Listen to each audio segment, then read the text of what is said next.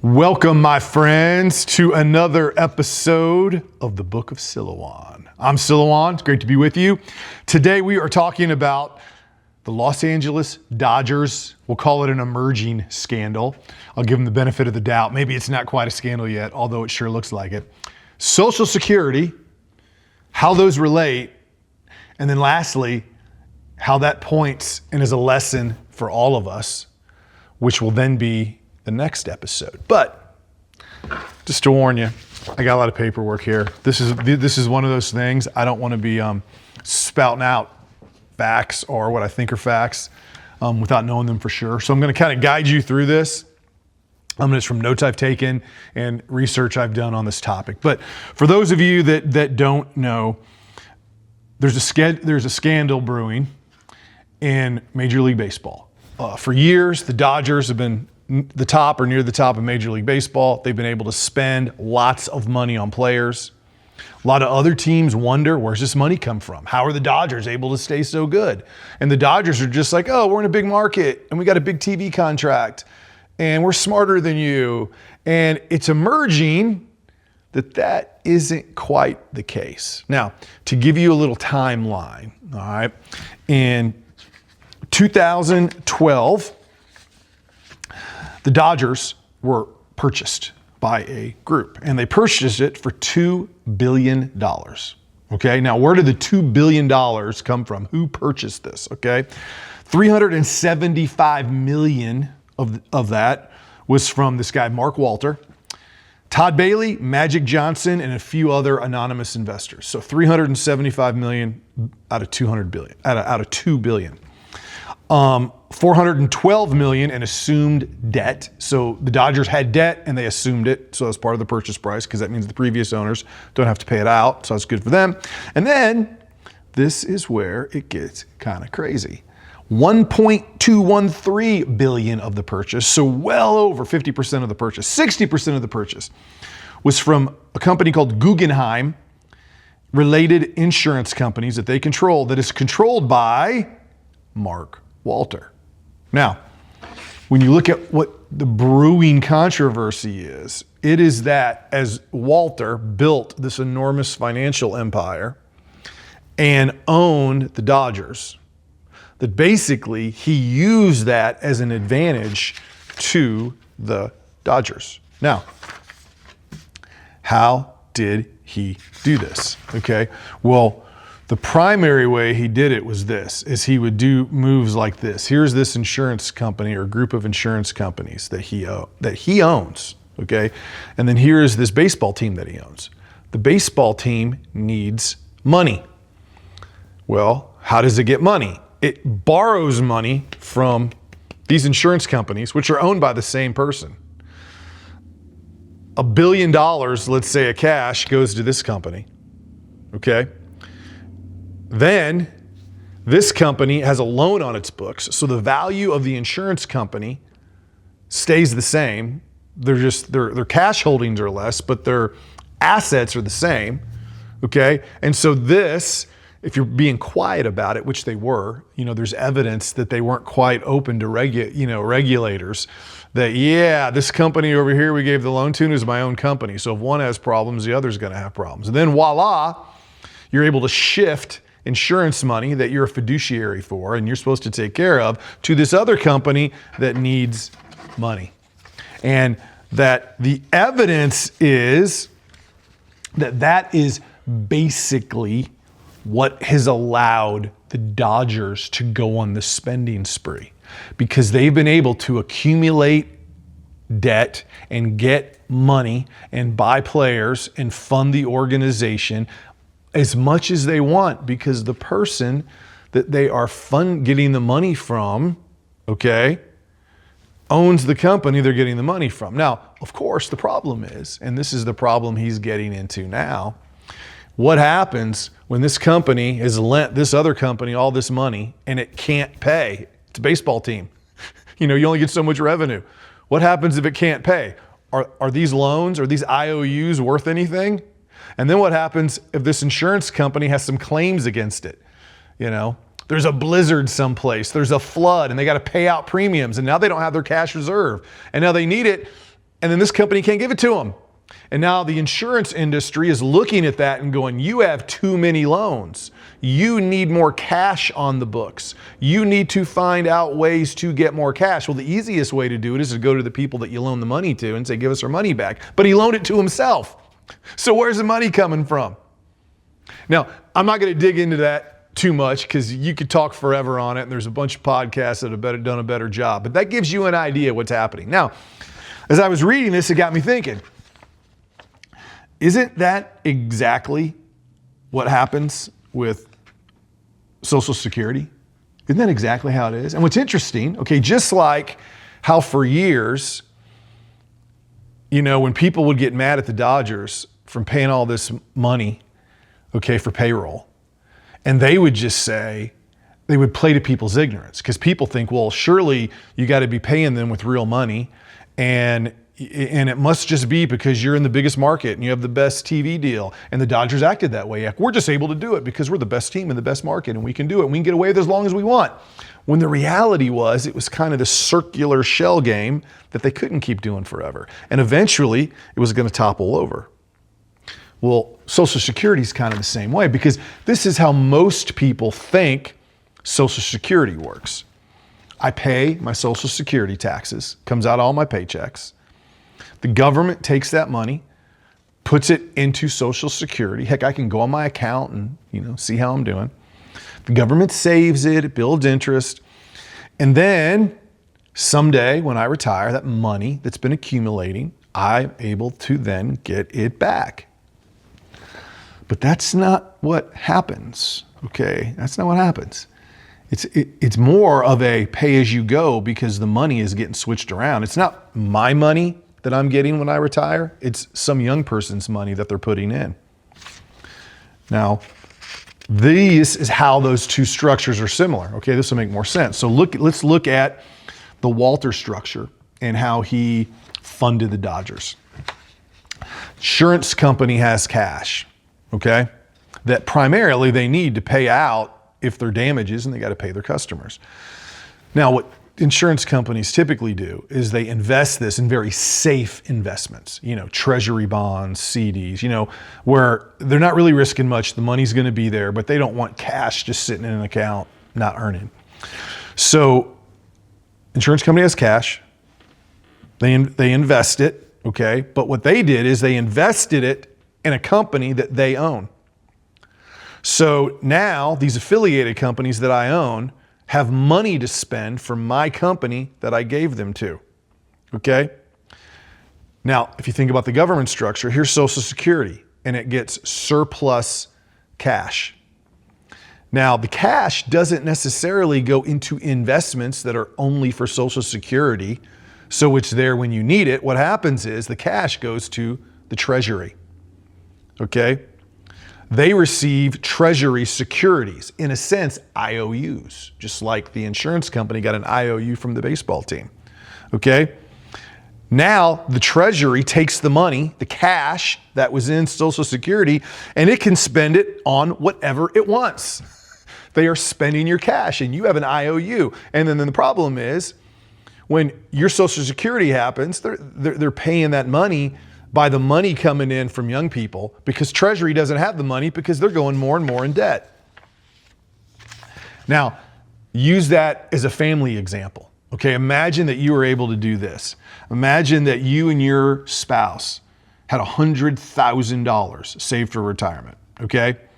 And then let's say I want to spend the $100,000. So before I spend it, I write an IOU that I owe my retirement account $100,000, okay?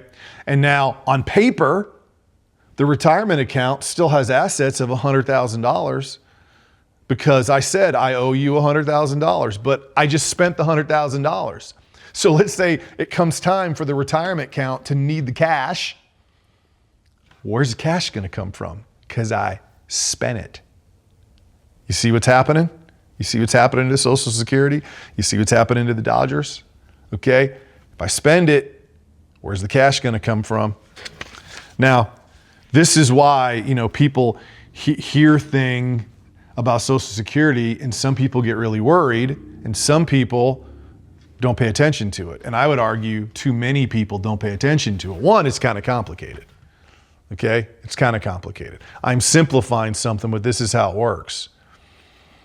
I have these companies that I'm the owner of, and my job is to make sure they're successful. And when people give them money, they're giving that money to make sure that someday if they need insurance, that they can pay out the insurance. But as the owner of this, I want to use that money for other ways, but I got to make it look like I still have money. So I borrow that money to these other companies over here that I own so I can spend this cash on what I want. In return, so it doesn't look like I'm just spending their money on whatever I want, I give them an IOU. So if you don't take a close look, it appears like, oh, they got plenty of assets. But in reality, I have spent that money. And so someday when the premiums coming in don't match up with what I got to pay out, where does the money come from? The government does that, the same thing with Social Security. We're putting cash in that we think is staying there with Social Security so that when it's needed someday to be able to pay it out. And really what's happening is they're taking this cash, they're putting it over here. They get an IOU from Treasury, just like the Dodgers, the insurance company gets an IOU from the Dodgers, and they spend it, okay? And then someday there could be the case that they need that money, but where's it going to come from? Because the government lended it to themselves. Now, how is it that Social Security has been able to get away with that? Because what happened when Social Security started, people didn't live as long, and more people worked, than needed to collect retirement. So every year, more money came in that year than needed to be paid out. So all the money that had been paid in the past, the surplus, you could use for however you wanted. Now, there was a time when our government was fiscally responsible, we didn't do that. So not only did the past money grow, but every year you had money to pay what you were paying out. But then what happened over time? What happened, over decades? People live longer. The number of retired people got greater. The number of younger people, because birth rates went down, got smaller. Less money went in. Eventually, we got to the point where the money coming in was less than the money going out. So then the surplus we had built up when we were fiscally responsible started going down. And basically, someday, those IOUs are going to come due. And when they do every year in a small way, where does that money come from? Well, it can only come from either taxes, other government revenue, reduced spending, or more borrowing, because the money has been spent. And just like the Dodgers are about to face soon, if they don't already, where that process has allowed their liabilities to be far greater than they could ever pay back, and now this company's got to have them, the same thing's going to happen to Social Security someday. And then the only way we're going to get out of it is just how the Dodgers are going to get out of it. They're going to have to cut their payroll. They might go bankrupt. They may renege on money they've promised people. Same thing's going to happen to us. Eventually, what's the result of that? The things we are promised go away. The retirement age goes up. The money, and we see it happening. Think about this.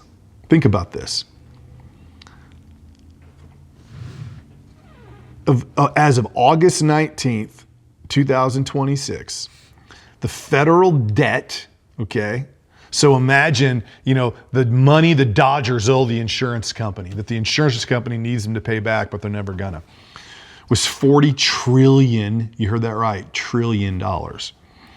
32.27 trillion was held by the public. Me and you and other governments, and 7.8 trillion is intergovernmental. It's the Ponzi exchange. And so about 8 trillion of that debt consists of, I owe myself money. Well, if I owe myself money, how am I going to pay it back if I don't have the cash in the first place? Now, here to me is the big problem with all of this. All right. Is you still might not completely understand what's going on. I try to simplify it as much as I can. They do that on purpose, It's one of the things I hate about professions that should be common sense, and they create this language that you got to be an expert in because it creates experts only because I know the language. Okay, and a lot of times when you get to the common sense that the language hides, you realize they're kind of screwing us. It's in the law for sure. It's in academia for sure. Okay, it's in finance for sure. See, all these games are ways to hide from us what's really going on. And people take advantage of it, okay? So the biggest problem to me with all of this isn't even necessarily the reality of who owes what and is Social Security solvent or not, blah, blah, blah. It's kind of how everything's done. It confuses what's real. It confuses what is real, okay? And what we're hiding from the fact is if we conducted ourselves financially like this, you couldn't hide it very long. If you were continually writing yourself loans, you'd probably go to jail. If you filed your taxes at the end of the year and you're writing loans to yourself, you're probably getting in big trouble. I'm sure there are ways you can do it, with insurance policies and whatever. But if you're just literally taking money out of the bank, writing yourself an IOU, you're applying for a loan and you tell the bank you've got $1 million in assets, but really it's just money that you've loaned yourself. You're going to get in big trouble, okay? So it's something we couldn't get away with in our own life. The problem with this is, because things like taxes and the government and sports that we all follow, okay, are so fundamental to us that if we just begin to think that lying like that's okay, that it's a game, if you can get away with it, so what? You know what you start doing? You start doing it to your own life.